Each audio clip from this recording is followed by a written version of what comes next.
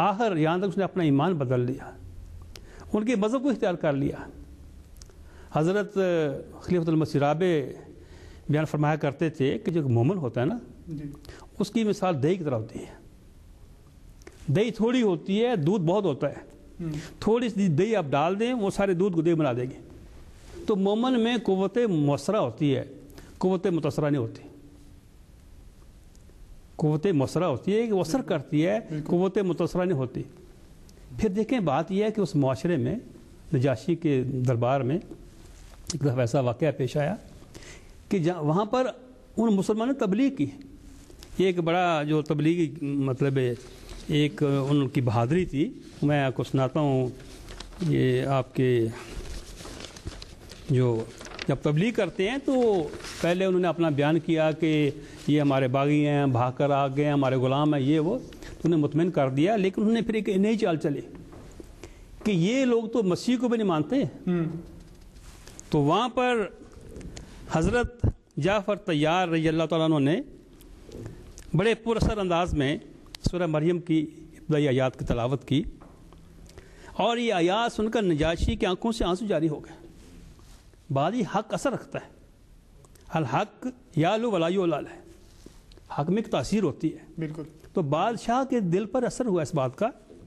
تو بعد میں خیر لمبی بات ہے ٹائم کے لحاظ سے، بات یہ ہے کہ وہاں پر بھی مسلمانوں نے ایک غیر مسلم حکمران کے سامنے اس کے دربار میں اس کو تبلیغ کی، اور جب اپنا موقف بیان کیا تو اس وقت نجاشی نے ایک تنکا زمین سے اٹھایا اور بتایا کہ عیسیٰ علیہ السلام ایک اس سے بڑھ کر بھی ان کا یہ مقام نہیں جو یہ بیان کر رہے ہیں۔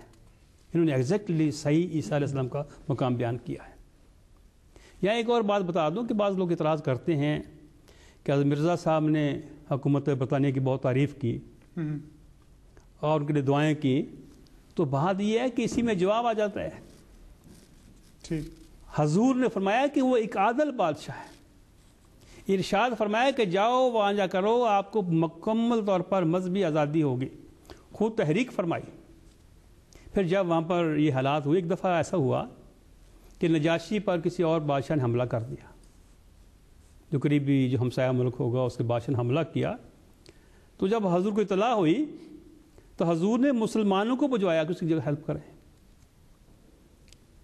یہ لوگ اعتراض کرتے ہیں کہ جماعت احمدیہ نے امداد کی ہے گورنمنٹ برطانیہ کی، تو حضور کا یہ اسوہ ہے، یہ نمونہ ہے۔ مولانا صاحب میں آپ کی اجازت سے ایڈ کرنا چاہوں گا کہ فرمائیے۔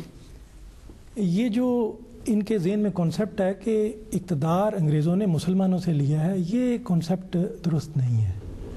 انگریزوں نے اقتدار جو ہے وہ اس وقت سینٹرل قوت جو تھی وہ ختم ہو چکی تھی، اور مغل بادشاہ تو پینشنر تھا، وہ مراٹھا جرنیل سندھیا کا، جی بالکل۔ تو 1803 میں اس نے جنرل ایک نے چھڑوایا اور بادشاہ نے شکر ادا کیا۔ تو یہ جو کانسیپٹ ہے جی انہوں نے اقتدار مسلمانوں سے چھینا، تو انہوں نے چھینا نہیں ہے، وہ اپنے نادر شاہ کے حملوں سے، احمد شاہ ابدالی کے حملوں سے وہ سینٹرل اتھارٹی کمزور ہوگی، ویک ہو گئی، اس ویکیوم کو انہوں نے انگریزوں نے پر کر دیا۔ یہ بات تھی، یہ تناظر کو سمجھنا چاہیے یہ کہ بھئی انہوں نے جی مولانا صاحب وہ میں عرض کر رہا تھا کہ اس موقع پر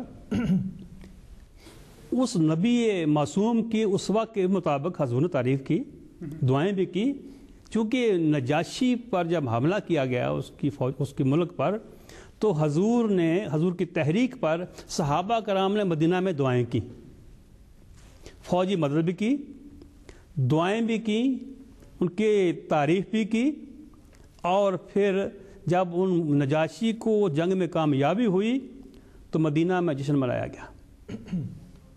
تو یہ ہے ان مسلمانوں کا رول جو غیر مسلم حکومت میں رہتے تھے۔ تو بات یہ ہے، یہ آپ کا اپنا عمل ہے، جو اچھا بھی جام ہی ہوگا اس کا اچھا پھل ہوگا۔ بالکل ٹھیک ہے، بہت بہت شکریہ مربی صاحب آپ کا۔ تو ناظرین یہ تھا تاریخی حقائق کے، میں مولانا صاحب کی بات سے ایڈ کرنا چاہوں گا کہ یہ انہوں نے فرمایا جیسے مومن میں قوت مؤثرہ ہوتی ہے، دہی کی طرح اس کی مثال ہوتی ہے۔ میں آپ کو انڈونیشیا اور ملیشیا کی مثال دیتا ہوں کہ مسلمان یہاں 13ویں صدی میں چلے گئے تھے، 12ویں صدی 13ویں صدی میں مسلمان پہنچ گئے ہیں تاجروں کے روپ میں، اور اس طرح کچھ تبلیغ کرنے والے مبلغ، اور انہوں نے اپنے 2 آئیڈیاز دیے ہیں۔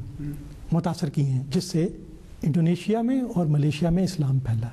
ایک آئیڈیا انہوں نے دیا ہے عادل بادشاہ کا، کہ عادل بادشاہ جو ہے وہ حضرت صلی اللہ علیہ وسلم سے اس طرح قریب ہوگا جیسے ایک رنگ میں دو نگینے۔ اور دوسرا آئیڈیا، اس تصور نے ان وہاں کے بادشاہوں کو متاثر کیا اور انہوں نے اسلام قبول کیا، اور عدل کی روایت سے ظاہر ہے اس کے معاشرے میں بھی فائدہ۔ دوسرا جو انہوں نے آئیڈیا متعارف کروایا وہ تھا انسان کامل کا، کہ انسان کامل میں وہ اسپرچل قوت ہوتی ہے کہ جس کی طرف کائنات کی ساری قوتیں دوڑتی ہیں۔ اس انسان کامل کے تصور نے ان کو متاثر کیا۔ بادشاہ اندر سے بھی اور باہر سے بھی دونوں حیثیت سے متاثر ہوئے، اپنی باطنی قوت کو کرنے کے لیے ان کو صوفیہ کا جو اسلام کا تصور انسان کامل کا، خلیفہ کا، اور دوسرا عدل کا تصور، اس سے جو ہے وہ متاثر ہوئے۔ اور اس سے آپ دیکھیں ابھی تک ملیشیا وہ سلطان ہے برونئی، وہ سلطان شاہ کہلاتے ہیں۔ یہ اس وقت سے آئیڈیاز ہیں جو وہاں مولانا صاحب کی بات میں صحیح ٹھیک۔ تو ناظرین، یہ تھا ہمارے تاریخی حقائق پروگرام کا پہلا حصہ۔ اس میں ہم نے دیکھا کہ اسلام کی جو خوبصورت تعلیمات اور ریاست سے وفاداری اور قانون کی پاسداری کی اسلام میں کتنی اہمیت ہے، اور ہمارے علماء کرام نے ہمارے سوالوں کے جوابات دیے۔ اسلام کی تعلیمات اپنی افاقیت اور افادیت کے اعتبار سے بے مثال تعلیم ہے، اور اس بے مثال تعلیم پر بے مثال رنگ میں عمل کرنے والے خود حضرت محمد مصطفیٰ صلی اللہ علیہ وسلم تھے، اور پھر حضرت صلی اللہ علیہ وسلم کے اسوہ پر بے مثال رنگ میں عمل کرنے والے حضرت اقدس مسیح موعود علیہ الصلوۃ والسلام، حضرت مرزا غلام احمد صاحب قادیانی علیہ السلام کو یہ توفیق ملی، ان کو یہ سعادت حاصل ہوئی کہ وہ اس کا بہترین نمونہ پیش کر سکیں۔ آئندہ آنے والے پروگرام میں ہم دیکھیں گے کہ حضرت مسیح موعود علیہ الصلوۃ والسلام نے ریاست سے وفاداری اور قانون کی پاسداری کی خوبصورت تعلیم پر کس قدر خوبصورت رنگ میں عمل کیا، اور اس کی توقع اپنی جماعت سے بھی رکھی۔ آئندہ پروگرام تک کے لیے اجازت دیجیے۔ السلام علیکم ورحمۃ اللہ۔